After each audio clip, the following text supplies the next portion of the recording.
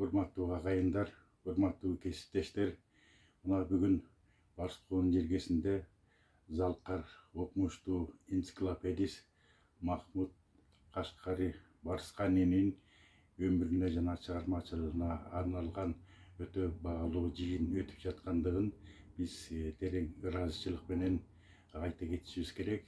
Сиздерге, жыйындын катышуучуларына жана уюштуруучуларына терең ыраазычылык билдиребиз. Бул жыйын болочокто дагы Махмут Кашкари Барсканинин өмүр жолуна арналган дагы башка дагы шеринелерге жол ачат деп терең ишенебиз.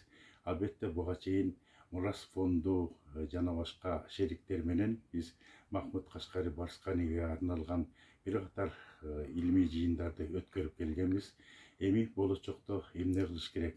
Бул Залкар ысык көлдүк окумуштуунун өмүрү, чыгармачылык жана ал жашаган доор жөнүндө иликтөө менен чектелбестен, аны иликтеген эл аралык чөйрөдөгү мыкты Залкар окумуштууларды дагы эскере кетиш керек, аларды дайыма эскерип туруш керек деп эсептейбиз. Маселен, Махмут Кашкари Барсканинин чыгармасын Диванулы Хати Түрк эмгегин илимий чөйрөгө киргизген Али Эмири, Илисли Рифат Билге сыяктуу түркиялык окумуштууларды, ошондой эле Махмут Кашкари Барскани дал ушул ысык жергесинде Барскан деген ушу ысык көлдү бийлеп турган бектиктин өзүнүн бир туулуп өскөн өкүлү экендигин биринчи жолу далилдеп, анын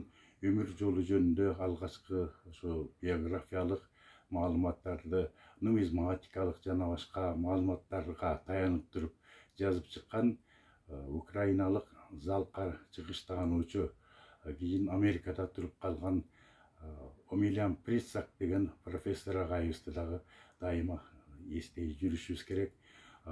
Роберт Данков, Джеймс Келли, Анас Бакиевич Халидов сыяктуу окумуштууларды, профессор Өмөркул Караев, эл жазуучусу Түгөлбай Сыдыкбек уулу, профессор Качкынбай Артыкбаев, ошондой эле кыргыз тилине бул эмгектин бир нече варианттарын которгон окумуштууларга да терең ыраазычылык билдирип, алардын ысымдарын дагы биз дайыма ар тараптуу иликтеп жүрүшүбүз керек. Илимий жыйыныңыздарга албан ийгиликтер каалап, болочокто да чыгармачылык жактан сиздер менен кызматташтууга даярдыгымды билдиргим келет. Сиздерге терең ыраазычылык менен Тынчтыкбек Чоротегин.